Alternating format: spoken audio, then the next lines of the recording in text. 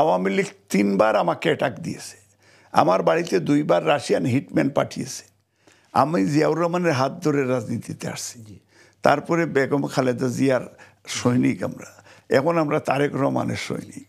তো আমাকে কমরুদ্দিন সাহেব তখন দল থেকে এক ধরনের ইয়ে করে দিল, ম্যাডাম বলেছে আপনার। তা আমি বললাম, ম্যাডাম যেহেতু এই কথা বলেছেন, আমার আর কোনো ডিমান্ড নাই। আমি যখন দাঁড়াইছি, আলহামদুলিল্লাহ আস্থাটা হল দাঁড়িয়ে গেছে।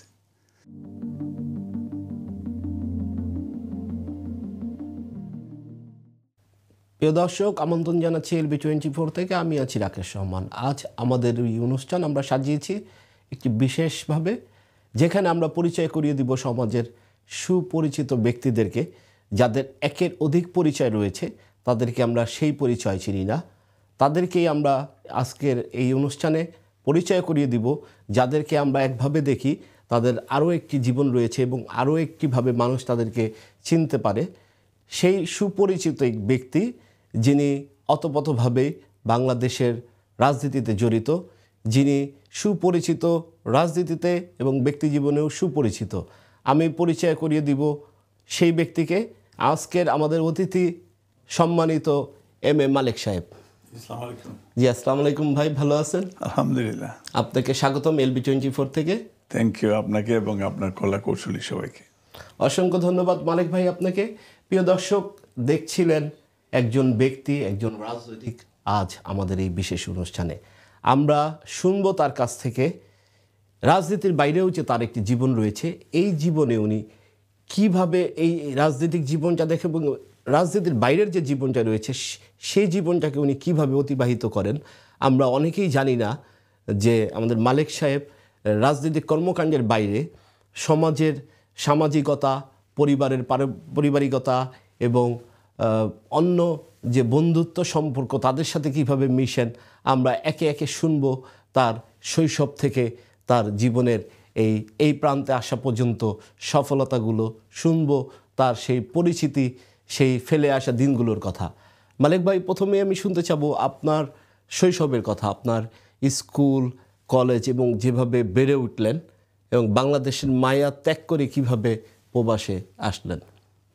ধন্যবাদ রাকেশ আপনাকে আমাকে আমন্ত্রণ জানার জন্য। আমি প্রথমে আপনাকে এবং আপনার কলা কৌশলী LB24-এর সকল দর্শক শ্রোতাদেরকে আমি আসসালামু আলাইকুম এবং শুভেচ্ছা জানাচ্ছি। আলহামদুলিল্লাহ, আজকে আমি যেহেতু বাংলাদেশের কোন ইস্যু নিয়ে যদি আমরা কথা বলি, বা আমার ব্যক্তিগত জীবনে আমার অনেক,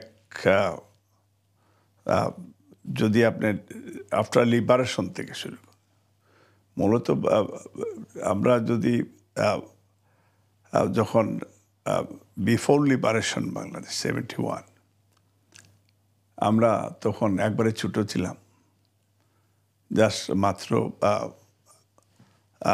পাঠশালা পাস করেছি আমরা তখন, ক্লাস 6-এ। তখন থেকে এই স্বাধীনতার, যেমন আমি তখনকার সময় আমি ভোটারও ছিলাম। আমার চাচা চেয়ারম্যান ছিলেন 70-এর নির্বাচনের কথা বলছেন। হ্যাঁ, আমার চাচা আমাকে, উনি যেহেতু চেয়ারম্যান ইলেকশন করতেন, তো ওনারা আমাদেরকে ইয়াং ভোটার তৈরি করেছিলেন। তখন আমরা স্বাধীনতার পক্ষে, যেহেতু পাকিস্তানিদের বিরুদ্ধে আমরা ভোট দিয়েছি। স্বাধীনতার সময় একবারে স্পষ্ট যেটা আমার মনে আছে, যে যখন আপনার বাংলাদেশের মানুষ যখন ওই যে 25শে মার্চ, আমরা তখন সিলেট, তখন আমরা শুনছি যে আলাদা বাহিনীরা প্রত্যেকটা জায়গায় জায়গায় তারা আমরা দেখছি যে তখন গ্রামে, আমাদের গ্রামের সাইড দিয়ে বিশ্ব রোড, তারা কিন্তু পাকিস্তানি সৈন্যরা কয়েক শত সৈন্য একসাথে তারা নিয়ে যাচ্ছে। এই সময় তখন আমার চাচার এক পর্যায়ে উনি বললেন যে এখন দেশের যুদ্ধ লেগে গেছে। এই সময় ওই যে আমরা গ্রামে তখন টেলিভিশন ছিল না, আমরা রেডিওর মাধ্যমে বিশেষ করে বিবিসি, এরপরে আপনার ভয়েস অফ আমেরিকা, এই দুইটাই আমরা বিশেষ করে আমরা শুনতাম। তখন ওই যে আমরা ওই যে 26শে মার্চ আমরা ওই যে জিয়াউর রহমানের স্বাধীনতার ঘোষণা এবং এই ভাষণটা সবাই খুব মনোযোগ দিয়ে শুনেছি। এবং বিবিসি থেকে সিরাজ রহমান, মরম সিরাজ রহমান, ওনার কণ্ঠস্বরে, আমি সিরাজুর রহমান বলছি, হ্যাঁ, এটার এই কথাগুলি তখন মানুষকে, যে জিয়াউর রহমানের কথা আসছে, শেখ মুজিব তখন পাকিস্তানের জেলে, তখন আমার চাচা, উনি, আমার বাবা লন্ডনে ছিলেন, ওনারা প্রবাসী মুক্তিযোদ্ধা, আমার চাচা, বড় ভাই, ওরা সবাই লন্ডনে ছিলেন, শুধু আমার যে চাচা চেয়ারম্যান উনি ছিলেন। তো উনি এক পর্যায়ে উনি ইন্ডিয়াতে চলে গেলেন। তা আমরাও ডাউকি হয়ে আমরা ডাউকিতে গেলাম, বিছনাকান্দি ক্যাম্প থেকে ওইদিকে সিলেটের দিকে দিয়ে। তো সেখানে চাচার সাথে কিছু, তারপরে আবার আমরা দেশে যাতায়াত করা শুরু করলাম, যে এটা স্পাইংয়ের মতো, যে কোথায় কোথায় কোথায় কী আছে। তখন তো আমরা ভেরি ইয়াং। পরে আমাদের গ্রামের একটা কাহিনী, এটা আপনি চিন্তাও করা যায় না। তো আমরা যখন আসলাম ওখানে, তো আমাদের বাড়িতে পাকিস্তানিরা টোটাল গ্রামেই হানা দিয়েছিল, স্পেশালি আমার চাচাকে খুঁজতে গিয়ে। উনি কোয়াইট রিনাউন্ড ছিলেন, আবু চেয়ারম্যান হিসাবে সবাই চিনত, সিলেটের সবাই চিনত। উনি আওয়ামী লীগ করতেন, এবং হ্যাঁ, আওয়ামী লীগ, সবাই আওয়ামী লীগ ছিল। এবং উনি তখন, যেমন ফরিদ গাজী সাহেব ছিলেন, সামাদ সাহেব ছিলেন, তখন ওনাদের সাথে ওনার খুব ক্লোজ রিলেশনশিপ ছিল। এবং আমার চাচা মৌলুদাজি, আমাদের সিলেটে তখন কদমতলীর হামিদ মিয়া, রশিদ হাজি সাহেব, ওনারা কিন্তু একসাথেই ছিলেন। এবং ওনারা নজির মিয়া শিলামের, ওনারাও, মানে ওই এই গ্রুপটা কিন্তু সিলেটের এক সময় মানে বিচার থেকে শুরু করে একবারে সিরিয়াসলি সংগঠক ছিলেন এরা। ওনারা তখন শেখ সাহেবের প্রতি তাদের আলাদা একটা ভালোবাসাও ছিল। হ্যাঁ, এই চাচার মাধ্যমেই যখন একদিন আমাদের গ্রামে ওই যে পাঞ্জাবির আসছে বেশ কয়েকজন, তো গ্রামের ভিতরে ঢুকছে, ওইটা আমাদের বাড়িতে আগুন দিবে। তখন আমাদের বাড়িতে তারা ঢুকছে, তো একবারে গ্রামের ভিতরে ছিল। পরে কোন কারণে বাড়িতে আর আগুন দেয়নি, দেখছে বাড়িতে তো কেউ নেই, মানে একবারে টোটাল বাড়িটি খালি। হ্যাঁ, ফিরার পথে গ্রামের প্রত্যেকটা কৃষক সহ মানে সবাই জড়ো হয়েছে একসাথে হয়ে, বিলিভ মি, এই পাকিস্তানিদের অস্ত্র কেড়ে নিয়ে ওইটা তাদেরকে, মানে এই অস্ত্র দিয়ে আমাদের লোকজনে তাদেরকে গুলি করেছে, কাছি দিয়ে জবাই করে 11 জনকে মেরেছে। তারপরে রাত্রে গ্রামের সবাই ওয়ারিড, যে পাকিস্তান এত বড় ঘটনাকাণ্ড একবারে, আমাদের দেশের ইয়াং ছেলেরা, আমাদের মুরব্বীরা, মহিলা পর্যন্ত ইনভলভ হয়ে গেছে, মানে সবাই ভয়। কেউ পারতেছে এই মেইন রাস্তার উপরে রক্ত, কেউ বালতি দিয়ে খাল থেকে নিয়ে পানি দিয়ে, যাতে পাকিস্তানিরা না টের পায়। দেখ রাত্রে এইটা চাফরা বিল আছে একটা সিলেটে আমাদের গ্রামের পাশেই, এইটাতে 11 জনকে এক জায়গায় চাপ মানি দিয়েছে। এই প্রত্যেক গ্রামটাই কিন্তু আমাদের মুক্তিযোদ্ধার গ্রাম। আর সেই দিন আমার মনে আছে যে এটা আমরা, যে এইটা আমাদের মেমোরির ভিতরে ঢুকে গেছে, মানে এটা জীবনে বলার, এটা আমরা চোখের সামনে। এবং আমরা তখন ওদেরকে নিয়ে রাত্রে, মানে পানি দিয়ে টোটাল গ্রামের মানুষ ওখানে নিয়ে তাদেরকে দাফন কামন করেছে। এটা হচ্ছে আমার জীবনের একটা মানে মোর প্র্যাকটিক্যাল, মানে এত বড় কাহিনী মুক্তিযুদ্ধের সময়, এটা আমার মনে হয় অনেকের কাছেই কম আছে। এটা আমাদের তেতলি গ্রাম, এটা দক্ষিণ সুরমায় পড়েছে এবং টোটাল গ্রামটাই আমাদের মুক্তিযুদ্ধের সপক্ষের লোকজন সবাই ছিল। অসংখ্য ধন্যবাদ। প্রিয় দর্শক, শুনছিলাম স্মৃতিচারণ শৈশবের কথা, শুনতে গিয়ে চলে আসলো মুক্তিযুদ্ধ প্রসঙ্গ।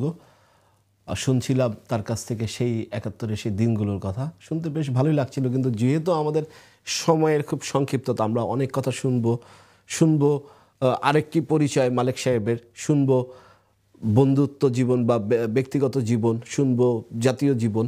আমি এরপরে শুনতে যাচ্ছি যে প্রবাস জীবনটা ভালো ছিল আপনার না দেশের জীবনটা, কোনটা বেশি মানে মনে দেয়?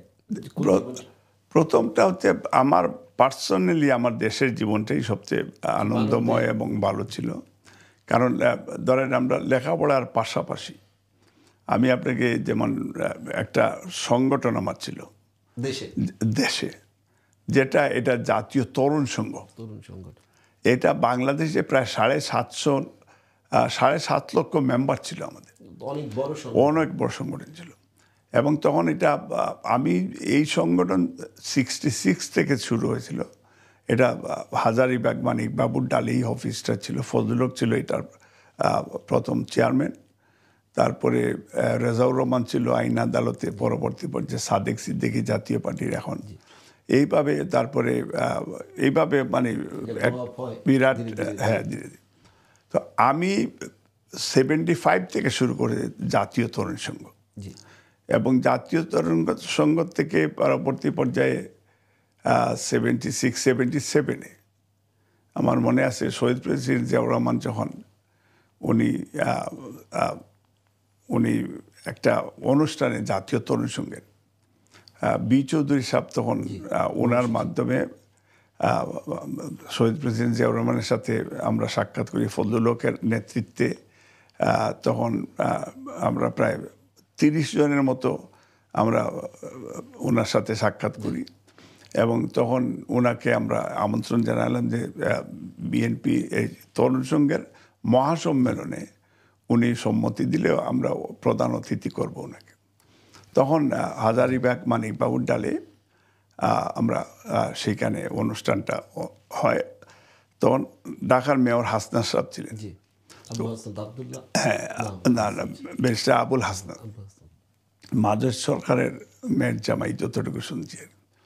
তো উনি তখন এটা সব কিছু দায়িত্ব নিয়ে উনি সেইখানে আমাদেরকে অর্গানাইজ করে দিলেন, ফ্যান্ডেল রেডি করে দিলেন। শহীদ জিয়া এইখানে প্রথম এসে প্রধান অতিথির ভাষণ দেন। তখন আমরা এই তরুণ সংঘ আমাদের ছিল যেটা যে আমরা বয়স্ক শিক্ষা কেন্দ্র, নৈশ বিদ্যালয় এবং পরিষ্কার পরিচ্ছন্নতা অভিযান, তারপরে ফ্যামিলি প্ল্যানিং সহ বিভিন্ন ইস্যুতে আমরা কিন্তু কাজ করেছি, এবং মানুষকে একবারে লিফলেট বিতরণ, ট্রাফিক সপ্তাহ সিলেটে আমরা ইন্ট্রোডিউস করেছি প্রথম তরুণ সংঘের মাধ্যমে। সামাজিক অনেক কাজগুলি তখন করেছি। এর তার সাথে সাথে ধরেন আমার মনে আছে 77-এ আমরা তখন আমি একটা ফিল্মের সাথে ইনভলভ হয়ে যাই। এইটার ফিল্মের নাম ছিল যে প্রেম কথা কয়। এটা মনিবাই ডাইরেকশন। না না না, আমি যে producer, one of the producer, 2 জন প্রডিউসার, এর মধ্যে আমি একজন। তো আমার কথা ছিল একটা রোল করব আমরা। তো যেখানে একজন রাজনীতিকের মুখ থেকে রোমান্টিজমের কথা, রাজনীতি করলেই যে ভাবগম্ভীর হতে হবে তা নয়। রাজনীতিতে থাকবে মানুষের প্রতি ভালোবাসা, রাজনীতিতে থাকবে নিজস্ব কিছু উদ্দীপনা এবং নিজস্ব ভালোবাসা। তো সেটাই শুনছিলাম মালেক সাহেবের কাছ থেকে। জি, যদি বলতেন মালেক ভাই। তো তখন ওই যে প্রেম কথা কয়, এটা আমরা অ্যাকচুয়ালি 76 থেকে মানে ইয়েটা হয়েছে আফটার। তখন আপনি দেশে তখন ওই যে শাবানা নায়িকার ভূমিকায় প্রবীর মিত্র ছিল মূল নায়ক, মনিবাই পরিচালিত, এবং আমাকে ছোট্ট একটা রোল তখন, আমার একটা ছোট্ট একটা রোলে আমি অভিনয় করেছি। তো তারপরে ধরেন আমার পরবর্তী পর্যায়ে আমি আরেকটা বিজনেসে ইনভলভ, যেহেতু আমার বাপ চাচারা লন্ডনে থাকতেন, বড় ভাই লন্ডনে থাকতেন, ওনারাও আমাকে ফান্ডিং করেছে। আমি নিজস্ব একটা ব্রিকফিল্ড তৈরি করেছিলাম। আমার নিজের গ্রামেই। জি। এটা মাম ব্রিক্স, আচ্ছা এটা আমার নামেই, আচ্ছা মোহাম্মদ এম এ মালিক। জি তো এটা বেশ ভালো ব্যবসা করতাম। জি এই পর্যায়ে মানে ব্যবসার সাথে সাথে জি তখন আপনার জাতীয় যুব সংস্থা, জি শহীদ রাষ্ট্রপতি জিয়া রহমান এসে যখন জাতীয় যুব সংস্থা করলেন, তখন আমি কিন্তু ওই যে জাতীয় যুব সংস্থার আপনার আমি সিলেটের প্রেসিডেন্ট করলাম। আবুল কাসেম যুবমন্ত্রী আর হারিস চৌধুরী ওনারা এসে, তখন হ্যাঁ ওনারা এসে আমাকে তখন জাতীয় যুব সংস্থার সিলেটের দায়িত্ব দিলেন। আচ্ছা আর শমশের আলী বাবলুকে সেক্রেটারি করলেন। তো আমাদেরকে 4টা সাব ডিভিশনের দায়িত্ব দিলেন। তার পরবর্তীতে আমি শহীদ প্রেসিডেন্ট জিয়াউর রহমানের সাথে যেটা ওই যে উত্তরা গণভবন নাটোরে উনি সারা বাংলাদেশের যুব সমাজকে নিয়ে একবার করলেন ছাত্রদেরকে নিয়ে হিজবুল বাহারে, আর আমাদেরকে নিয়ে করলেন উত্তরা গণভবন নাটোরে। আচ্ছা 7 দিনের প্রশিক্ষণ উনি নিজে সরাসরি দিলেন। তখন ওই যে আমাদের আব্বাস ভাই ছিল, প্রশিক্ষণ এটা টোটাল বাংলাদেশকে ইউথরা, মানে সংগঠক ইউথরা কিভাবে দেশ ডেভেলপমেন্ট করবে, আচ্ছা কিভাবে দেশের উন্নয়নে যুব সমাজের ভূমিকা এবং যুবকরাই জাতির মেরুদণ্ড, এই ধরনের যুবকদেরকে ট্রেনিং দিতে কিভাবে এই ধরনের ট্রেনিং তো দেখা যায় না না। তখন কিন্তু এটা উনি খুব সিরিয়াসলি, উনি নিজেই 7 দিন ছিলেন উত্তরা গণভবনে। হ্যাঁ, এবং ওই যে বেশ বিভিন্ন লেকচারার যারা, যেমন এই যে কয়েকদিন আগে তো মারা গেলেন যে ডক্টর যিনি গণস্বাস্থ্যের জাফরুল্লাহ ভাই, উনিও তখন ছিলেন। তারপরে আরো অনেক বাংলাদেশের পেশাজীবী বিভিন্ন ইউনিভার্সিটির প্রফেসররা সেই দিন এক সাবজেক্টের উপরে একজন বক্তব্য রেখেছেন, আর আমরা শুনতেছিলাম, আমরা নোট করতেছিলাম। এটা ছিল আমার জীবনে একটা বিশাল মানে এক্সাইটিং। এটাই কি আপনার রাজনৈতিক মানে উদ্দীপনা বা সুপ্তবাদ যেখান থেকে মানুষ শুরু হয় যে আমরা এটা একটা মানে পাকাপুক্ত আমার কনফিডেন্স লেভেলটা ভেরি ভেরি হাই করে দিয়েছে। এবং যেটা বললাম যে 77-এ আমাকে 3 মিনিটের বক্তব্য দেওয়ার সুযোগ দিয়েছিল তরুণ সংঘের পক্ষ থেকে সিলেট। আমি 1 মিনিটের ভিতরেই কিন্তু আমি নার্ভাস হয়ে গেছিলাম, কারণ মানে আমি চিন্তার বাইরে যে সামনে কথা বলছেন, এটা মানে আমার জীবনে মানে এটা ফার্স্ট মানে এই ধরনের। তারপরে তো ধরেন 79-এ জাতীয় যুব সংস্থা যেহেতু আমি করতাম, তরুণ সংঘ দুইটাই পাশাপাশি ইয়েতে, তখন Canada world youth leadership training আপনার 18 জন বাংলাদেশ থেকে যাবে। আমাকে সিলেক্ট করলেন ডেপুটি গ্রুপ লিডার। তো আমরা কানাডা গেলাম। আমরা সেই সময় আমরা ওয়ার্ল্ডের অলমোস্ট 72টা দেশ আমরা সফর করেছি। শহীদ প্রেসিডেন্ট জিয়াউর রহমান, যেমন আমরা কোরিয়াতে গিয়েছি, তারপরে আমেরিকা 2 বার, তার কানাডার যে 6 মাসে আমরা ইউথ লিডারশিপ ট্রেনিং করে বাংলাদেশকে 1 নম্বর স্থানে আমরা নিয়ে আসি। ওয়ার্ল্ডের 72টা দেশ কম্পিটিশনে ছিল লিডারশিপ। আচ্ছা, এর ভিতরে কম্পিটিশনও হতো অন্যান্য দেশের, অন্য দেশে সবাই 72টা দেশ ওয়ার্ল্ডের, এবং এক এক দেশের এক একটা প্রেজেন্টেশন, এক এক দেশের কুস্তি কালচার। আপনাদেরকে যাওয়ার আগে একটা ট্রেন আপ দেওয়া হতো? আগে তো আমরা যেহেতু আমরা এক্সপেরিয়েন্স ছিলাম, যেমন আমাদের অভিজ্ঞতাটা ছিল তরুণ সংঘ থেকে, এবং সেম সময় কানাডা ওয়ার্ল্ড ইউথের প্রেসিডেন্ট ছিল জ্যাক সেবার্ট, এবং তারাও পরবর্তী পর্যায়ে বাংলাদেশে ইউথ এক্সচেঞ্জ প্রোগ্রামের মতো।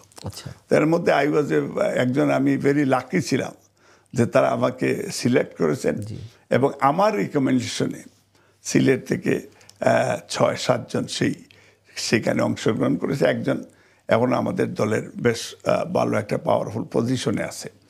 তো আমরা সেই দিন ওখানে ছিলাম। এরপরে তো আসার পরে যেটা বললাম শহীদ প্রেসিডেন্ট জিয়াউর রহমানের সাথে উত্তরা গণভবন নাটোরে, এর ভিতরে বাংলাদেশের প্রায় যে প্রত্যেকটা জেলায় জেলায় আমরা বিভিন্ন সেমিনার করেছি, বিভিন্নভাবে, যেমন বিভিন্ন জেলায় জেলায় থানায় থানায় এই মজা পুকুর চাষ করা, বিভিন্ন জায়গায় ফিশারি, তারপরে আপনার গ্রামের যেভাবে ওই যে গ্রামের রাস্তাঘাট স্বেচ্ছাশ্রমের মাধ্যমে কাজ করা, এই ধরনের আমরা করেছি।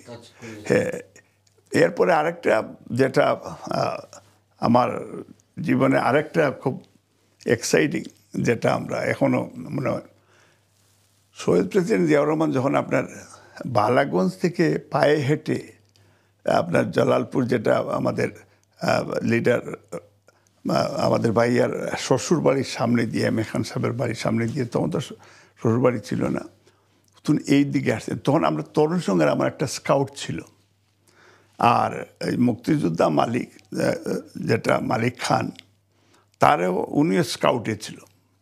তা আমরা দুইজনের স্কাউট থেকে আমরা ওনাকে প্রায় 300, তখন সিলেটের ডিসি ফয়জুল্লাহ সাহেব ছিলেন, তো আমরা এই স্কাউটে আমাদেরকে সিলেক্ট করে আমরা বেশ মানে শহীদ প্রেসিডেন্ট জিয়াউর রহমানকে স্কাউট হিসেবে আমরা নিয়ে একবারে সার্কিট হাউস পর্যন্ত আমরা পৌঁছে দিছি। তারপরে আমাদেরকে একটা ফান্ড দেওয়া হলো, প্রেসিডেন্টের স্পেশাল ফান্ড। তা আমরা হ্যাঁ, তখন আমাদের অর্গানাইজেশন তরুণ সংঘ এটা পেয়েছে প্রায়, তখন এই ফান্ড দিয়ে আমরা অফিসের যাবতীয় ফার্নিচার সব কিছুই আমরা করেছি, এবং এটা একটা মানে এটা আর একটা জীবনের একটা স্মরণীয় ইয়েটি। তো প্রেসিডেন্টের কাছ থেকে ফান্ডিং পাওয়া যায়, এটা মানে দ্যাট ইজ দি মানে খুব ইয়ে। আমরা সিলেটের যেমন তরুণ সংঘ এবং যুব সংস্থার মাধ্যমে কিন্তু আমি অনেকভাবে অনেক কাজ করেছি, এবং ওয়ার্ল্ডের বিভিন্ন দেশে, যেমন এই দেশে প্রথম যখন আমি আসি 80-তে, আবার ইন্টারন্যাশনাল ইউথ ইয়ার আপনার স্কটল্যান্ডে এডিনবরাতে, তো সেইখানে প্রায় ওয়ার্ল্ডের 18-19টা দেশ ছিল। তা আমিও বাংলাদেশ থেকে আমরা প্রথম 2 জন আসছিলাম, সাদেক সিদ্দিকী আর আমি। তো আর কানাডায় কিন্তু আমার সাথে হেলাল খান হচ্ছিল, হেলাল খান দবিল। হেলাল খান আমার একটু জুনিয়র হলেও, বাট ফ্রেন্ড হিসাবে আমরা তো হয়ে গেছি, তো মানে বয়সের দিক থেকে আমরা একটু কাছাকাছি। তো সে আমার গুড ফ্রেন্ড, লিলু আমার গুড ফ্রেন্ড দবির, এরা এখন আমেরিকায় সেটেল হয়ে গেছে। হেলাল খানও আমেরিকা সেটেল হয়ে গেছে। এরকম অনেক বন্ধু আছে যারা আগে রাজনীতি করতে এখন ইনঅ্যাক্টিভ বা রাজনীতি করে না। এখন তো অনেক আছে, মানে কেউ কানাডা, কেউ আমেরিকা। এই যে গতকালকে একটা আমার ক্লাসমেট ছিল, আমি এইডির স্কুলে যখন পড়তাম, এই যে এনাম আলী যে মারা গেল, যেটা ওই যে আপনার ইয়ের ওই যে আপনার ব্রিটিশ বাংলাদেশি যে ক্যাটারিংয়ের যেটা এনাম আলী, যেটা I1 টিভির ইয়ে ছিল, চেয়ারম্যান ছিল, সে আর আমরা একসাথে এইডির স্কুলে পড়ছি। তো গতকালকে একজন আমারে আমেরিকার থেকে ফোন দিছে যে দোস্ত আমার চিনো নাকি। আমি তো পরিচয়, গেট টুগেদারের ইচ্ছা করে কি না, যে 20 বছর আগের বন্ধু বা 30 বছর আগের বন্ধু? এটা তো খুব এনজয় করি আমি। ওই আগের যাদেরকে পাই, আমরা আড্ডা মারলে, বসলে, এগুলো আমার খুব আনন্দ দেয়, খুবই ভালো লাগে। আপনি তো খুবই মানে রাজনৈতিক একজন ব্যক্তিত্ব, রাজনীতির বাইরে আমরা আপনাকে চিনি না, বা রাজনীতির বাইরে আপনাকে আমরা দেখিও না। তো এই যে যখন রাজনীতির বাইরে থাকেন, ওই সময়টা যদি আমাদেরকে বলতেন যে কি কি ভালো লাগে, যেমন এই যে বন্ধু বান্ধব আড্ডা আসতেছি। হ্যাঁ, তারপরে তো আমরা তো ধরেন মানে 82-তে যখন মানে আরেকটা জিনিস যেটা আমি এটা আমার 77-এর একটা মেমোরির কথা বলি। আমি এই যে আপনার বরিশালে লাকুটি একটা জায়গায় তরুণ সংঘের একটা প্রোগ্রামে গেছি, এবং আসার সময় এটা একটু ইন্টারেস্টিং। আসার সময় ওই যে রকেটে করে ঢাকায় আসবো, তখন রকেটে একটা হ্যাঁ, রকেটে তারা টিকিট করে আসছি, এটা ছিল রকেটের একটা ফার্স্ট ক্লাস বোধহয়। কিন্তু আমার কাছে পয়সা তখন শর্ট টিকিট করার পরে, তো ঢাকাতে এসে আবার সিলেটে আসবো আমি, ওই ধরনের একটা প্ল্যান। তো রকেটে ওঠার পরে এখন ওই যে খাওয়ার টাইমে দুপুরে সবাইরে ডাকতেছে। তা আমি চিন্তা করলাম যে আমি পরে যাব, মানে গিয়ে এটা অল্প পয়সা দিয়ে কিছু খাবো, মানে দ্যাট ওয়াজ মাই প্ল্যান। পরে ওরা জোর করে আমার নিয়ে গেল, তো সবাই খাইতেছে, দেখি খুব বেশি করে নিতেছে আর খাইতেছে। তা আমি চিন্তা করলাম তাহলে আমি কম খাবো, কম খাইলে কম পয়সা দিব, এটা আমার জীবনে একটা এক্সপিরিয়েন্স। পরে দেখা যায় যে সবাই সমান পয়সা দিতেছে। তা আমি ওরা বললাম, একজনের সাথে আমার খাতির হয়ে গেছে, আমি বললাম যে সবাই তো বেশি খাইছে, কয় এখানে যত খাইবা একই প্রাইস, বাফেটটা। এটা তখন আমি এইটা এখন পর্যন্ত আমার মাইন্ডে ওই সময় ছিল যে তখন তো আর বুঝে যায় না, মানে তো এটা মানে সাংঘাতিক একটা জীবনের একটা এক্সপিরিয়েন্সের কথা বলে। যাই হোক, তারপরে তো আমি 82-তে আবার একবার 80-তে আসলাম, পরে 81-এও আসলাম, আবার 81-এ আবার ইয়েতে গেলাম, এই যে আপনার কোরিয়াতে গেলাম, তারপরে জাপান গেলাম, হংকং গেলাম। আমরা একটা টিম, 4জন 5জন 3জন 2জন বিভিন্ন ইস্যুতে। 82-তে ফাইনালি যখন মানে 81-এও আবার আমি লন্ডন আসলাম, এসে চলে গেলাম। 82-তে যখন এরশাদ সাহেব যখন আসলো, এবং মানে জিয়াউর রহমানের সময় আমি এখনও আমার তখন ছোট্ট চুল রাখতাম, জিয়াউর রহমানকে আমরা কপি করতাম, সাফারি স্যুট পরতাম, তারপরে সানগ্লাস। হ্যাঁ, তো মানে শহীদ প্রেসিডেন্ট জিয়াউর রহমান যা করতেন তাই আমরা ওইভাবে আমাদের একটা কপি আমরা করতাম আর কি। তো জিয়াউর রহমানের রাজনীতি তখন থেকেই ব্রেইনের মধ্যে ঢুকে গেছে। উন্নয়নের রাজনীতি, খাল খনন কর্মসূচি, মানে A to Z, এই যে 19 দফা কর্মসূচি, এটা মনে হচ্ছে আমাদের অন্তরের ভিতরে, বিকজ অফ আমরা তখন ইউথ পলিটিক্স আমরা করেছি। আর ওনার যে মানে যে সিলেটে আমার প্রথম, উনি সিলেটে 2-1টা সভায় বক্তব্য দিয়েছেন, এবং ডিস্ট্রিক্ট কাউন্সিল হলে আমাদের সিলেটের, মানে খুব তখন থেকেই আর কি আমাদের এটা রাজনৈতিক ভাবে বেশি উৎসাহিত।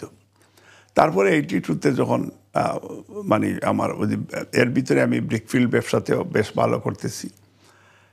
এই সময় আমার এরশাদের মার্শালের পরে আমরা আবার ওই সিলেট থেকে রাজনৈতিক কর্মকাণ্ড নিষিদ্ধ করে দিল, এবং কোনো সংগঠনেও কাজ করতে পারবে না। তখন আমাদের তরুণ সংঘের অফিসটাও আমরা সুরমা মার্কেটের উপরে ছিল সিলেটে, এটা আমরা সাইনবোর্ড নামায় দিলাম। তখন সিলেটের দায়িত্বে ছিল ব্রিগেডিয়ার আমিন সাহেব আর কর্নেল দিওয়ান।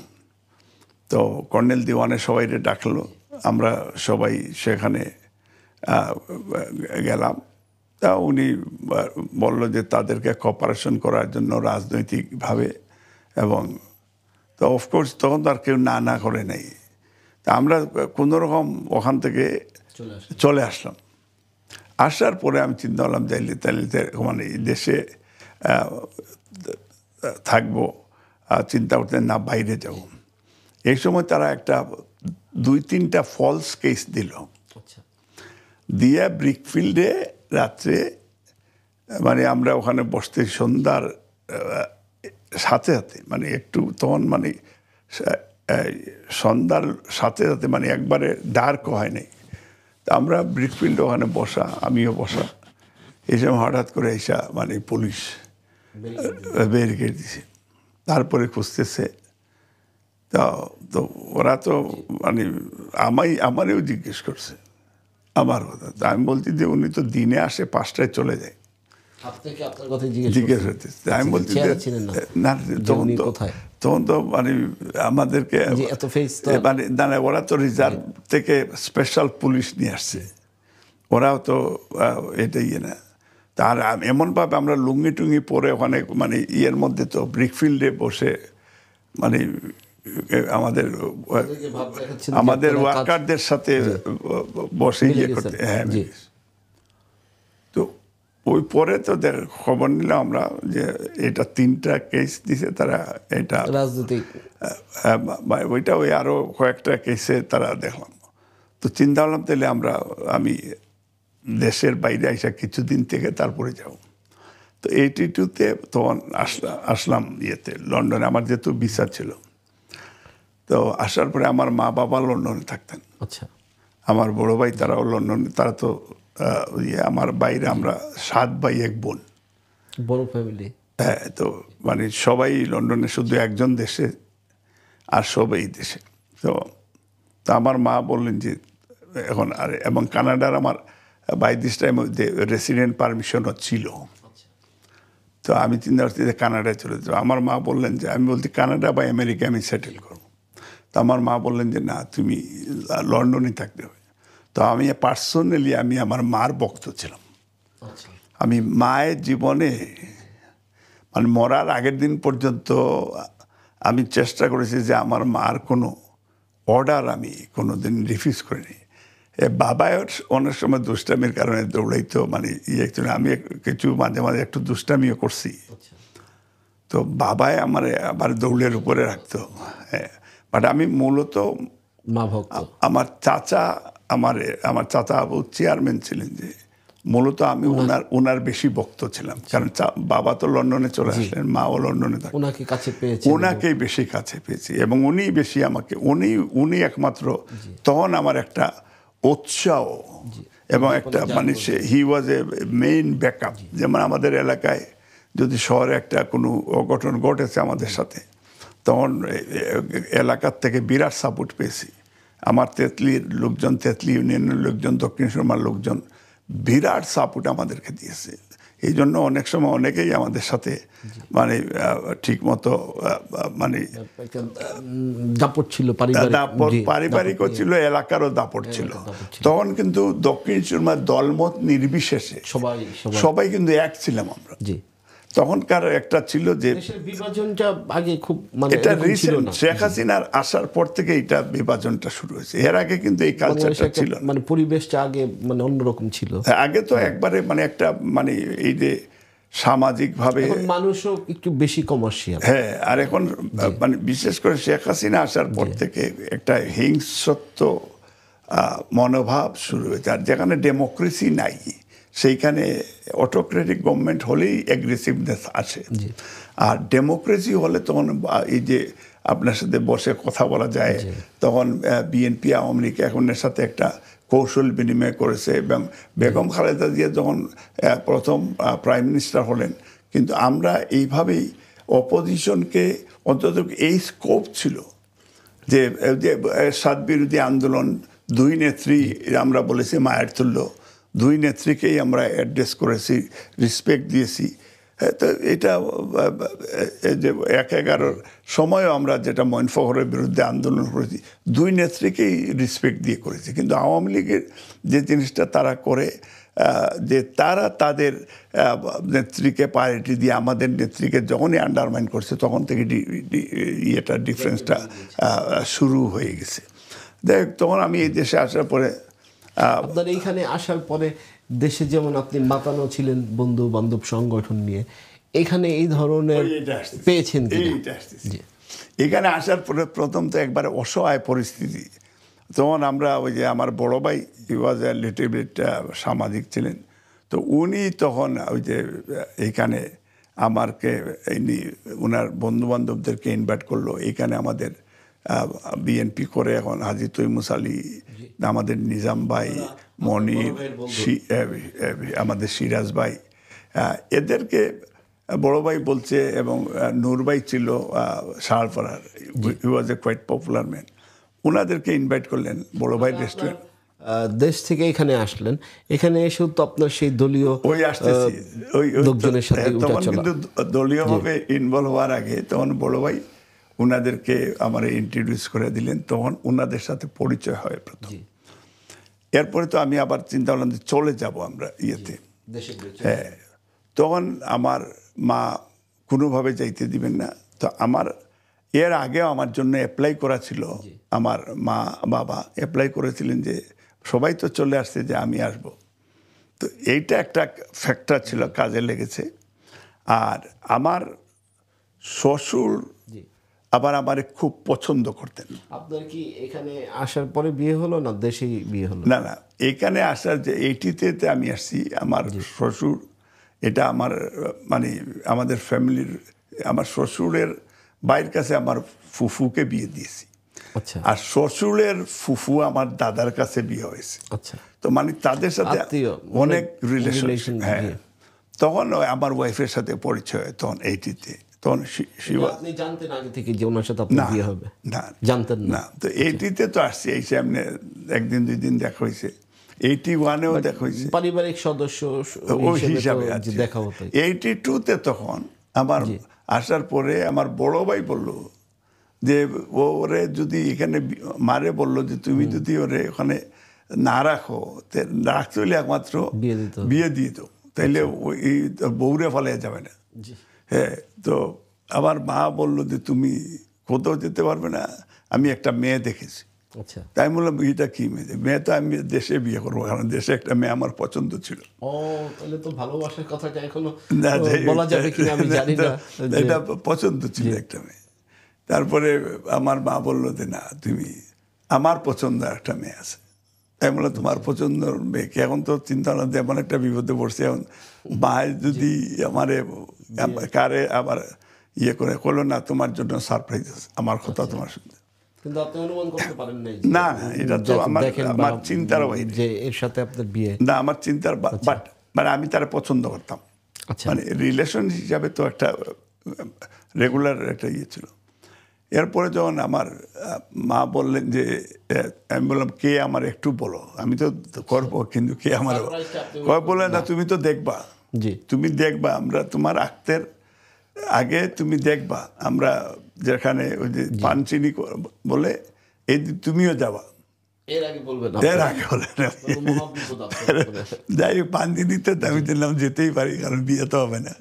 তো যাই, তখন দেখলাম যে না, আমার ওয়াইফের পরিচয় হলো, তখন আমি আর রিফিউজ করিনি, কারণ এর আগে 2-3 বার তো ওনাকে আপনি মানে মনে মনে একটু ভালোই লাগতো, তখন ভালোই লাগছিল সত্যি। উনি আপনাকে কি এইভাবে মানে আপনি যেরকম চিন্তা করছেন, সেও আমার প্রতি নিশ্চয় কি জানতো আগে থেকে যে আপনার সাথে তার সে জানে আমি পলিটিক্স করি, কিন্তু পানচিনি হতে যাচ্ছে বা বিয়ের কথা চলছে, পানচিনি আমার শ্বশুরে বলছে, তাকে বলছে, এবং সে কিন্তু রিফিউজ করেনি।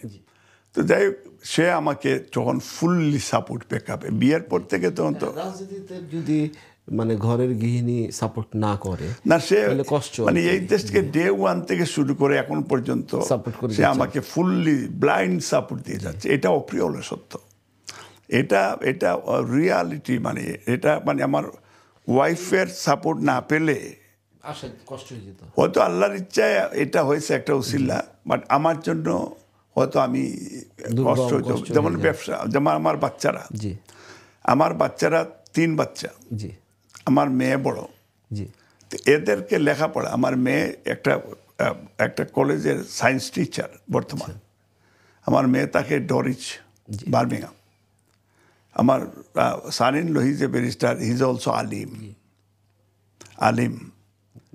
তো আমার 4টা নাতি মেয়ে, এবং আমার বড় ছেলে he's a lawyer, but he karate second dan, black belt, এবং স্পোর্টস, এবং ছোটোটা নিউট্রিশিয়ান, ফুড নিউট্রিশিয়ান ইনশাল্লাহ। তো এটা একমাত্র এককভাবে আমার ওয়াইফের ফুল সংসার। আমার এখন আরেকটা নাতিন বড় ছেলের, আর 2টা নাতি। তো মাশাআল্লাহ, তারাও নাতি 2টা ভেরি গুড ফুটবল খেলে, আর মেয়ের এটা আমার নাতি একটা, সে ইউরোপিয়ান চ্যাম্পিয়ন, ওয়ার্ল্ড চ্যাম্পিয়ন ক্যারাটিতে। তো তারা মানে আমার মেয়ে ওদেরকে একবারে দৌড়ের উপরে রাখে, মানে যাতে মানে এডুকেশনটা ইয়ে হয়, শিডিউল দেখেন। আর আমার মেয়েরেও ধরেন আমি বিয়ে দিছি, মেয়ের শ্বশুর বাড়ি হচ্ছে আপনার জগন্নাথপুর থানা সৈয়দপুর গ্রাম। তো এই দেশে বনপ্রটা। হ্যাঁ, আর আমার বড় ছেলে শিলাম, আমাদের এলাকায় দক্ষিণ সুরমা শিলাম গ্রামেই ইয়ে দিয়েছে, ছোটোটার আমাদের এঙ্গেজমেন্ট হয়েছে নবীগঞ্জে আর কি।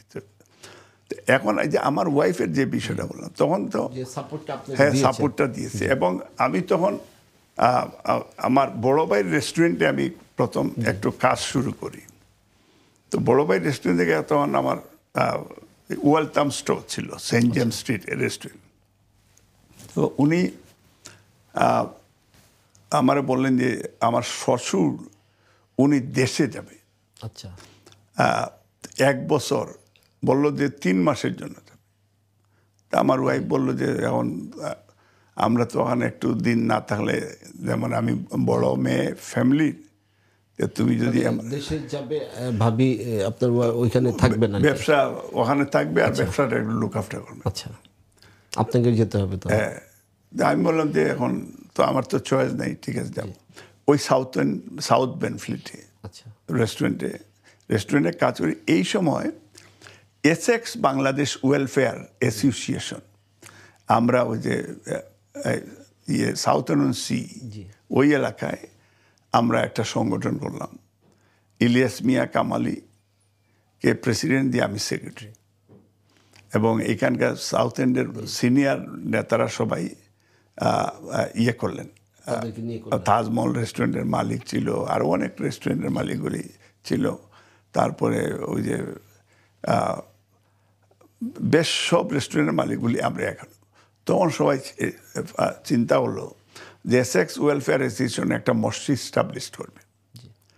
তো সাউথ এন্ডের মসজিদটা প্রথম কিন্তু আমরা স্টাবলিশ করি, এসএক্স ওয়েলফেয়ার রেজুলেশন নিল। তো এটা আমার জীবনের একটা মানে আমি ভেরি প্রাউড, মানে সামাজিকতাও ভেরি প্রাউড। আচ্ছা, তারপরে ধরেন এখানে আমি ব্যবসাতে তখন নাই। তখন আমার একটা ফ্রেন্ড ছিল সমদুল, সে হলো ফ্যাক্টরি ব্যবসা করে, এই যে আপনার স্টার্ট ফুডে। তো সে আমার বললো যে তুমি স্টার্ট ফুডে আমি করি, তুমি আমার সাথে ইনভলভ। আমি বললাম এই ট্রেড তো আমি চিনবো না, তা আমি তোমার কিছু স্মল ইনভেস্ট আমি করব, কিছু পয়সা দিব। তার প্রতি আমার বিশ্বাস ছিল। আমি কিছু ক্যাশ পয়সা তারে দিছি। সে প্রতি বছরে আমাকে এই দিত, হিসাব টিসাব করে, মানে 10-20% আমাকে তার শেয়ার হোল্ডার হিসাবে আমার প্রবে। এই ধীরে ধীরে তখন আমার শ্বশুর দেশ থেকে আসার পরে আমি চলে এলাম আমার বড় ভাইয়ের রেস্টুরেন্ট আরেকটা ছিল গ্রেট ডান, হ্যাঁ গ্রেট ডানমো। এখানে দিয়ে তখন আমরা বললাম যে চলে, তখন তো আমাদের একটা থাকারও ঘর নেই, তো বড় ভাইয়ের বাসায় থাকবো। তখন চিন্তা করলাম যে আমার ওয়াইফ বললো যে এক কাজ করি, আমরা কাউন্সিলের বাড়ি অ্যাপ্লাই করি।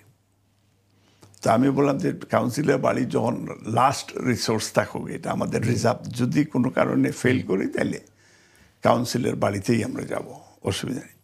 তো বড় ভাই বললো না, আপাতত কাউন্সিলের বাড়িতে যাওয়ার দরকার নেই, তুমি আমার বাড়িতেই থাকো। তখন বড় ভাইয়ের বাড়িও গ্রেট ডানমোতে বড় বাড়ি ছিল, যে আমরা এখানে উঠছি। তখন থেকে বড় ভাইয়ের রেস্টুরেন্টে কাজ করে, তখন বড় ভাই, আমি, আমার চাচতো ভাই, আমার বাগনা একটা, আমরা 4 জনের সিদ্ধান্ত নিলাম আমরা একটা রেস্টুরেন্ট বড় করে করবো, বিশপ স্ট্রিট ফুডে। দ্যাট ইজ ফার্স্ট আমার ওনারশিপের রেস্টুরেন্ট আমরা তখন করি। তখন এটা করি আমরা Anwar gate Bishop street food, প্রায় 125টা সিট ছিল, বেশ জমজমাট ব্যবসায়ী ছিল আলহামদুলিল্লাহ। তো তখনই আমরা ব্যবসা থেকে কিছু দেয়, আর আমি ধরেন 5 দিন কাজ করি। একদিন আমার ওয়াইফের সাথে আমরা বাইরে যাই ফ্যামিলি নিয়ে, আর একদিন কমপ্লিটলি আমি আমার রাজনৈতিকভাবে তখন বিএনপির সাথে আরেকটা যেমন হিসাবে আমরা একটা, যেমন মাঝখানে একটা আমার সংগঠন ছিল যেমন সিটিজেন মুভমেন্ট, এর আগে আরেকটা ছিল এডিপি। তো আমরা মোটামুটি সামাজিকভাবেও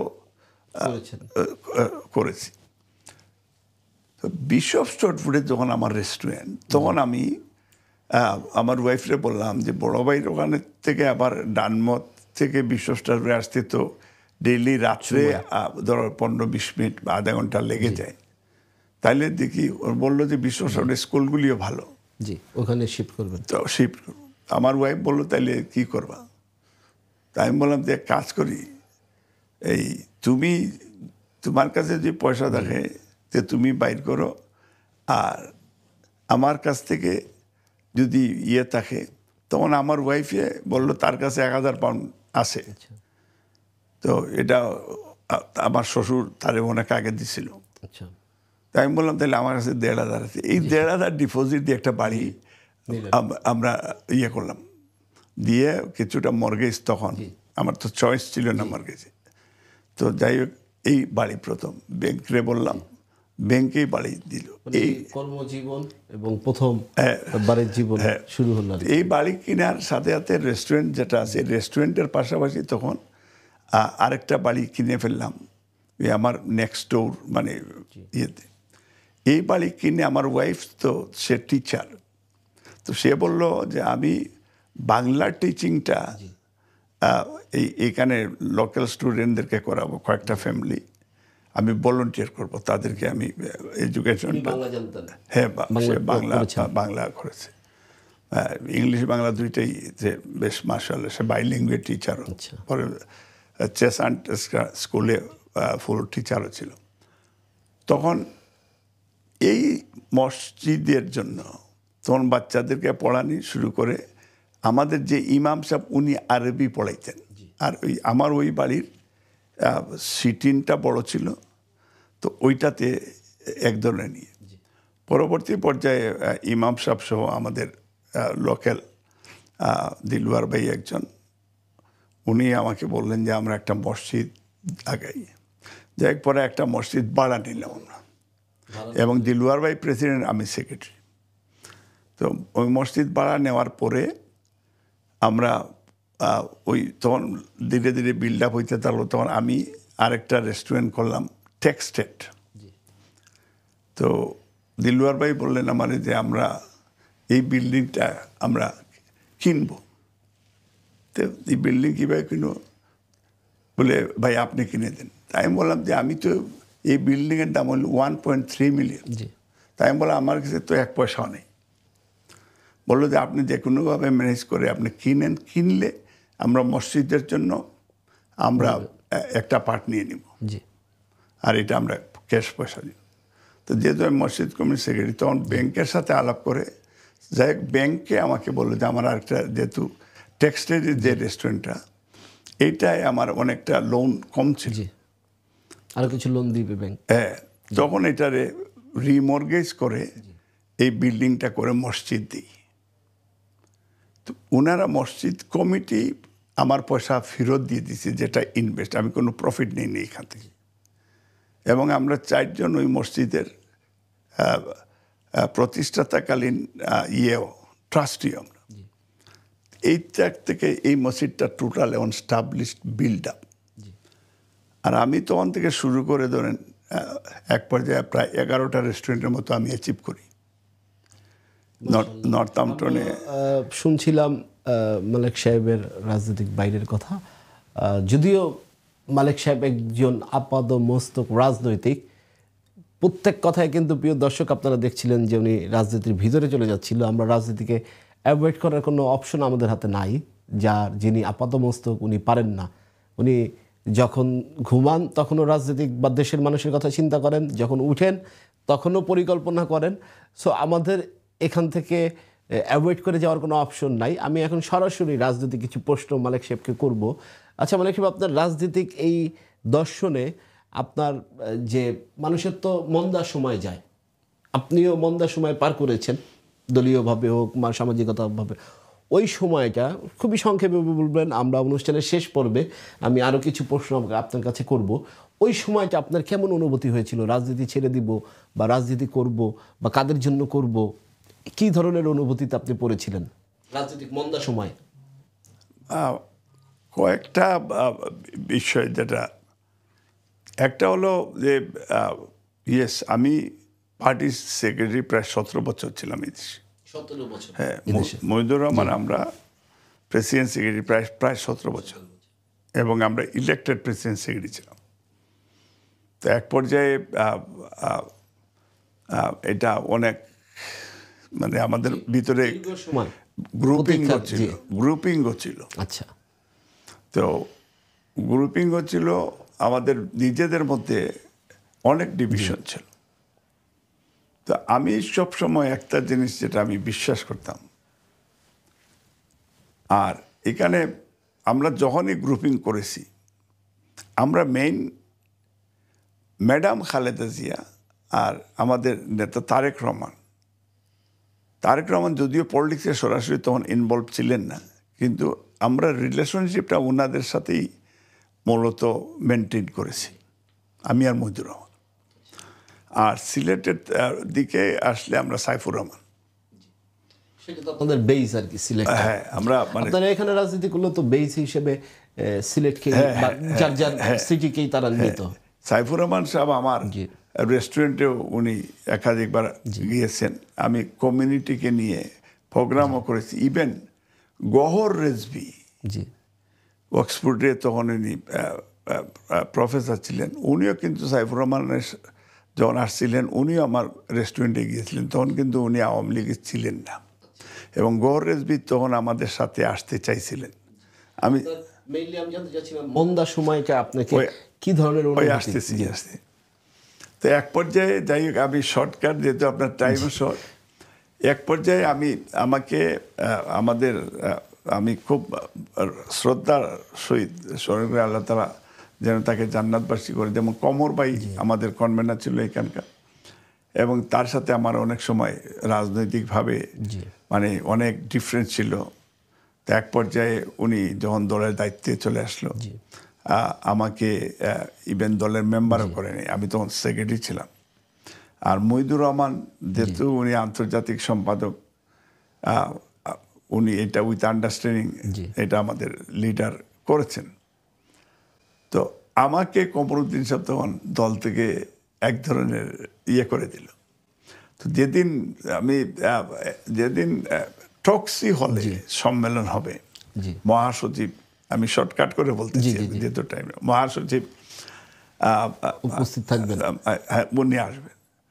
তো এমনি ভাইয়া তো এখন মুশকিল হয়ে গেছে, কমরুদ্দিন সাহেব ভাইয়ার পাশে সবসময় আমরা উঠা বসা করছি দলীয়ভাবে, যেহেতু কমরুদ্দিন সাহেব দলের দায়িত্বে, আমি সেক্রেটারি, তো অবভিয়াসলি আমরা উনি জানবে, আমরা দুইজন আমরা ভাইয়ার পাশে।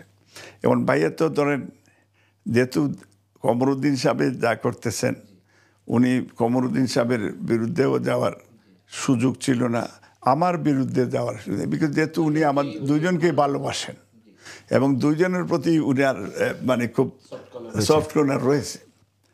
তো এর ভিতরে আমি অপোজিশন অফকোর্স করেছি। যাই হোক, এক পর্যায়ে এখন ম্যাডামকে এইখান থেকে মানে দেশ থেকে ম্যাডাম মহাসচিবকে পাঠালেন, যেহেতু এখানে বাইয়া আছে, আপনি যান। যে ম্যাডাম বলেছেন যে তুমি মহাসচিবকে বলেছেন যে আপনি গিয়ে মালিককেও মেক শিওর করবেন যাতে কমরুদ্দিনের মালিককে মিলাইয়ে দেন, নাহলে এটা মানে এই দুইজনই আমাদের ট্রাস্ট ওয়ার্থ, এবং দুইজনই আমার প্রিয়, আর পিনুও দুইজনকে ভালোবাসে। তো মহাসচিব এসে ডকল্যান্ডে একটা হোটেলে, উনি হিলটনে ডাকলেন আমাদেরকে। তো কমরুদ্দিন সাহেব, আমি গেলাম। তো আমাকে বলেন যে মালিক সাহেব, তখন আমি ওই যে এখানে একটা কলেজে আমি একটা অবস্থান নিচে পরের দিন সম্মেলন করবো, আর কমর ভাই এরা টক্সি হলে করবে কর্মসূচি, আর একই দিনের সম্মেলন। আমরাও প্রায় 300-400 ডেলিগেট নিয়ে সরাও, আর উনারও তো উনি তো মেইন ইয়েতে আছে, আর তার রানিং প্রেসিডেন্ট প্লাস সে কনভেনার, মানে দিলওয়ার ভাইরে কিভাবে কনভিন্স করে নিউ ইয়র্ক থেকে সাইন করে নিয়ে আসছে কনভেনিং কমিটি, আমার একবারে বাদ দিয়ে। তো সব মিলাইয়া যেটা, তো আমরা তো কমিউনিটির লোক, আমরা কমিউনিটি আমাদেরকে ভালোবাসে, আমরা গ্রাসরুট লেভেলের কর্মী। আমি জিয়াউর রহমানের হাত ধরে রাজনীতিতে আসছি, তারপরে বেগম খালেদা জিয়ার সৈনিক আমরা, এখন আমরা তারেক রহমানের সৈনিক। তা আমি যে তিনজন গ্রেট লিডার, তখন আমি চিন্তা করি আমার নিজের প্রতি তো আমার এক বিরাট কনফিডেন্স। তখন কমর ভাইরে তো আমি কম্প্রোমাইজে বিশ্বাসী সবসময়। কমর ভাই এমনি মনের দিক থেকে খুবই ভালো ছিল, যদি তার মতো আপনি চলেন হতে পারে, কিন্তু সে ব্যক্তিগত মানে ভালো ছিল। তার একটু যদি আমরা একটু বুঝেই বাজে ইয়ে করি, তখন একটা আপনার জন্য মানে সব দিয়ে দিতে পারে, মানে এই ধরনের ছিল। যাই হোক, এক পর্যায়ে মহাসচিব বললেন যে মালিক সাহেব, ম্যাডাম কিন্তু বলতেন প্রথম আপনার সাথে কথা বলেছেন, এই জন্য দুইজন এক জায়গায় ডাকছি। বলে ম্যাডাম বলতে যে মালিককে আপনি কনভিন্স করবেন, কমরউদ্দিন যদি ট্রক্সি হলে এইভাবে করে মালিক যেন ওখানে যেতে হবে, মিলিয়ে দিবেন, আদারওয়াইজ আপনি যাবেন না। তো আমারে বললেন যে এটা ম্যাডাম বলেছে আপনার। তা আমি বললাম, ম্যাডাম যেহেতু এই কথা বলেছেন, আমার আর কোনো ডিমান্ড নাই,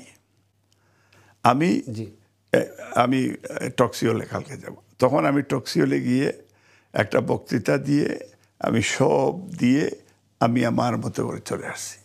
পরে এই কমিটিতে কমর ভাই আমার মেম্বার রাখে নাই। না এই কমিটিতে আমার 1 নম্বর সদস্য রাখছিল। হ্যাঁ সরি 1 নম্বর সদস্য রাখছিল। তো কমিটিতে আপনি 1 নম্বর সদস্য ছিলেন? না আসতেছি। কমরউদ্দিন সাহেব তখন এই কমিটিতে আমার 1 নম্বর সদস্য রাখছিল। আচ্ছা, এর পরবর্তী পর্যায়ে যখন সেকেন্ড ইয়ে হলো, মানে একটা কমিটিতে আমার মেম্বারও রাখেনি। না, ওই কমরউদ্দিন সাহেব তখন তো মেম্বার আমারে করছে, আর একটা জায়গায় এসে মানে আহ্বায়ক কমিটিতে আমার মেম্বারও রাখে নেই। তা আমি তো দলের সব কর্মসূচি, সব প্রোগ্রামে আমি যাই। হ্যাঁ, তো এক পর্যায়ে কমর ভাই তো যাই মারা গেল না, এই তখন একটা খুব মানে আমার জীবনে আরেকটা জিনিস এসে মানে খুব, কমর ভাই মারা যাওয়ার পরে ম্যাডাম আসলেন এখানে। আচ্ছা, ম্যাডামের সাথে তো আমরা একাধিক প্রোগ্রাম, যেমন মহিদুর রহমান চেয়ার করছে হিলটনে, আমি পরিচালনা করেছি, এগুলি আমাদের জীবনের সবচেয়ে মেমোরি, স্মরণীয়। ম্যাডামের সাথে আমরা প্রায় 5-7টা প্রোগ্রাম করেছি, এটা মানে আমি আর মহিদুর রহমানের নেতৃত্বে। এরপরে আমি লাস্টে শেষ প্রোগ্রাম ম্যাডামের সাথে আমি চেয়ার করেছি, আমাদের কয়েসর সেক্রেটারি সে পরিচালনা করেছে।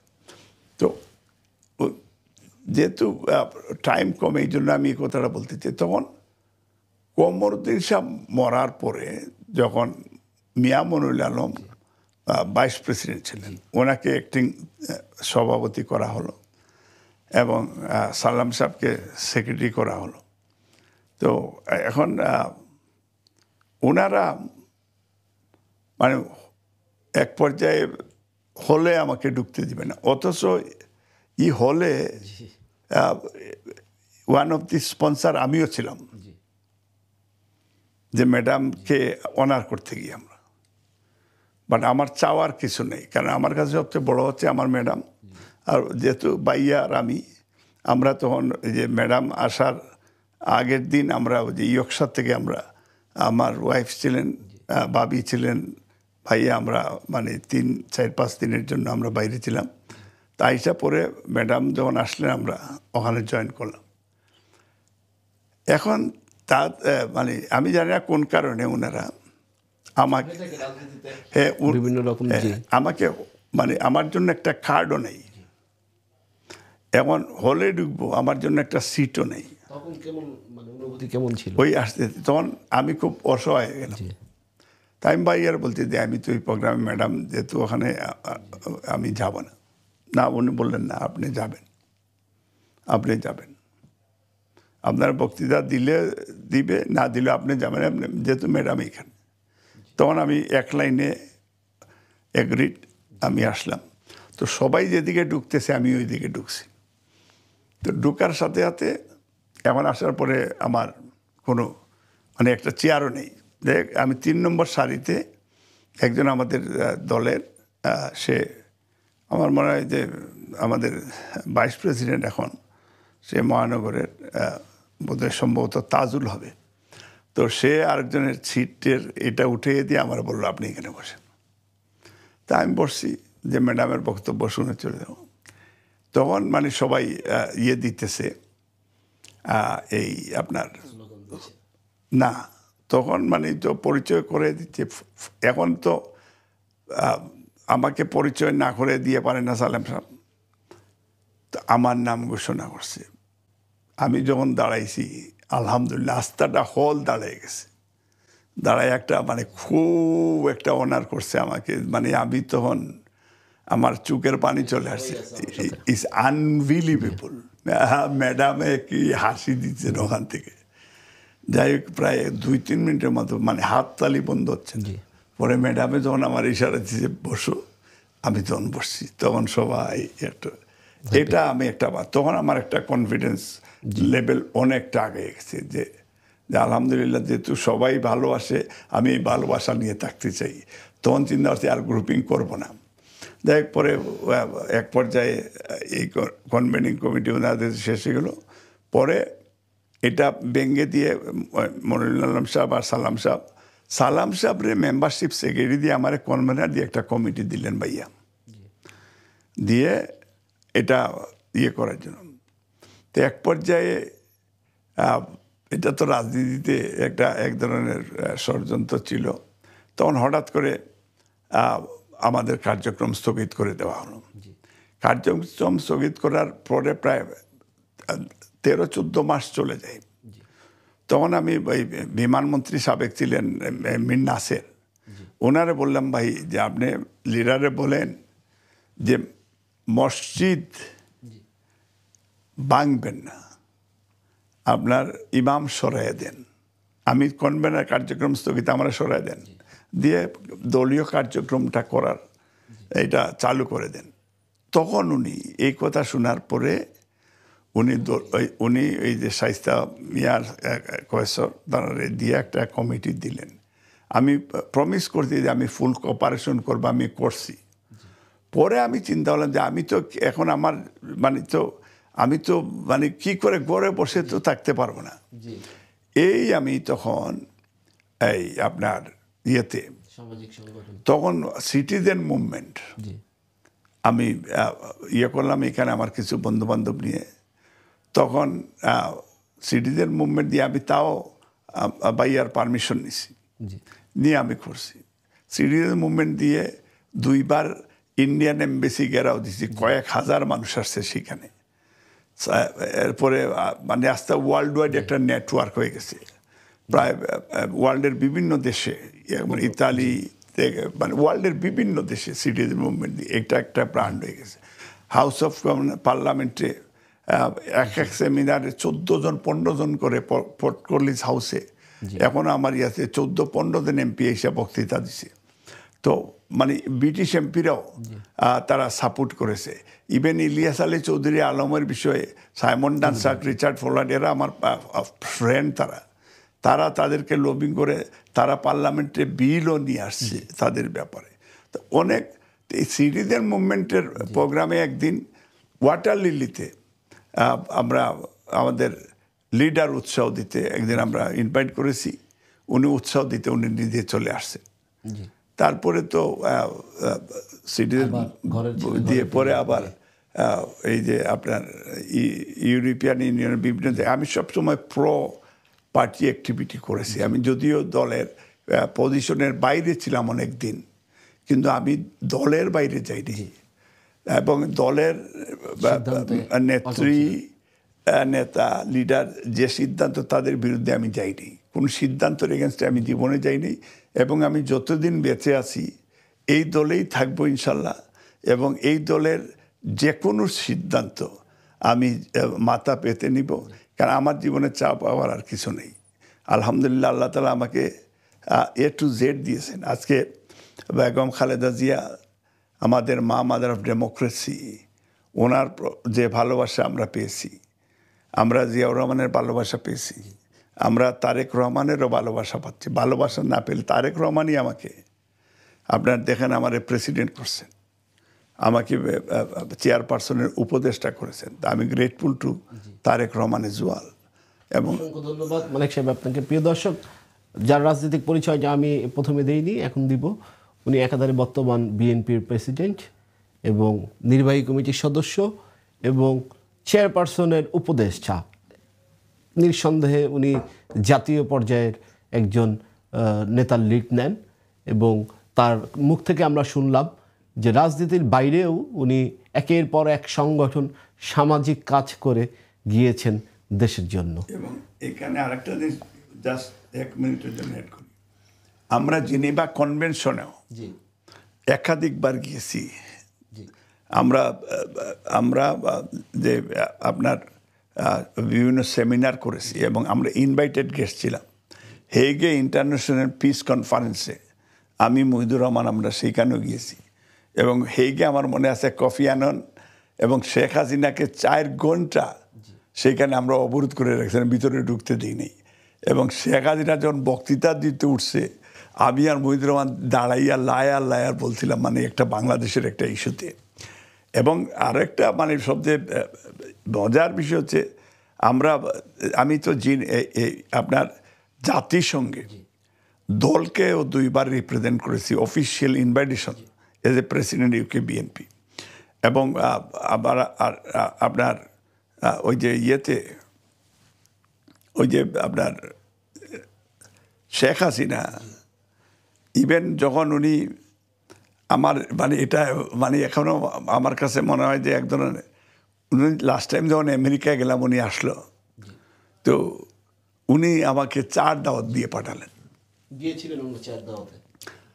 আমি বলেছি আমি যাব, হ্যাঁ, কিন্তু আমি বললাম যে আমার একটা কন্ডিশন হলো যে আমাদের নেত্রী, উনাকে যদি আনকন্ডিশনাল রিলিজ দিয়ে বিদেশে চিকিৎসার জন্য পাঠান, এখন পাঠানোর আগে যদি অন্তত অ্যানাউন্সটা দেন তাহলে আমি চা খাবো। পরে তো ওনারা চেয়েছিল যে আমি ওখানে গেলে ঘোষণা দিবে, বাট আমি বলছি না, কারণ আমার নেত্রীকে জেলের ভিতরে রেখে তো আমি চা খেতে পারি না, বিকজ যেহেতু ওনাদের উপদেষ্টা করেছেন আমাকে, মানে আমার জন্য বিরাট বড় অনার, প্লাস যুক্তরাজ্য বিএনপির প্রেসিডেন্ট আমি। এবং সবচেয়ে দুঃখের বিষয় হলো সত্য, কারণ আমি আজ পর্যন্ত রাজনৈতিকভাবে যতটুকু করে আমরা করি, কিন্তু অ্যাগ্রেসিভলি আওয়ামী লীগ 3বার আমাকে অ্যাটাক দিয়েছে। আমার বাড়িতে 2বার রাশিয়ান হিটম্যান পাঠিয়েছে, একবার দিনে 3টায়। পরে এই দিন আল্লাহ রহমতে আমি সেই বোধে, বিকজ আমি বাসায় ছিলাম, বাড়ির ভিতরে ঢুকিয়েছি। আমার 2 ছেলে, বললাম তো বড়োটা মার্শাল আর্ট সেকেন্ড ডান আচুরে, তারা বাইরে হওয়ার পরে যখন বাড়ির ভিতরে দেখছে, যাই ওদেরকে দেখে তাদের টার্গেট তো ছিল আমি। ওরা পালিয়ে যায়, কারণ ওরাও গাড়ি নিয়ে পিছনে, কিন্তু পরে পায় না পুলিশ, এটা ইনভেস্টিগেশন। সেকেন্ড টাইম আমার বাড়ির বিল্ডিংয়ের ভিতরে ঢুকে আমার গ্র্যান্ড চিলড্রেন, আমার ছেলের বউকে তারা অলমোস্ট গান ধরে ফেলেছে।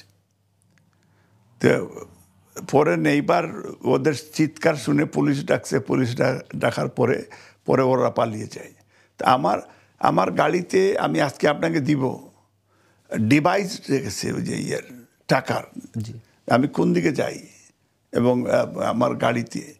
তো এটা মানে তারা ফলো আপ করছে যে, হ্যাঁ, এবং এটা ওই আমাকে প্রাণনাশ করার চেষ্টা হচ্ছে কয়েকবার। আওয়ামী লীগ এইখানে লাইভ প্রোগ্রাম করে তারা আমাকে মার্ডার করার জন্য তাদের নেতৃবৃন্দকে তারা ইনস্ট্রাকশন দিয়েছে। এটা ক্যাসেটও আছে আমার কাছে, কিন্তু আমরা তো আজ পর্যন্ত আমাদের নেত্রীও বলেছেন শান্তিপূর্ণ আন্দোলন করবেন। ইভেন এইখানে তারেক রহমান থাকেন, আজ পর্যন্ত উনি অ্যাগ্রেসিভ কোনো মুভমেন্টের জন্য করার জন্য আমাদেরকে অ্যালাও করেন নেই, না হলে আমরা অনেক কিছুই করতে পারতাম না। দর্শক, আমরা অনুষ্ঠানের শেষ পর্বে শুনছিলাম অরাজনৈতিক কথা, শুনছিলাম রাজনৈতিক কথা, শুনছিলাম রাজনীতিতে পাওয়ার কথা, শুনছিলাম রাজনীতিতে না পাওয়ার যে কষ্ট, সেই কথা। আমরা আবারও ধন্যবাদ জানাচ্ছি মালেক সাহেবকে আমাদের সাথে আজকে উপস্থিত হওয়ার জন্য, আমাদের এখানে অতিথি হিসেবে আসবার জন্য। প্রিয় দর্শক, আবার পরবর্তী অনুষ্ঠান দেখবার আমন্ত্রণ জানিয়ে আজ এখানেই বিদায় নিচ্ছি। আল্লাহ হাফেজ।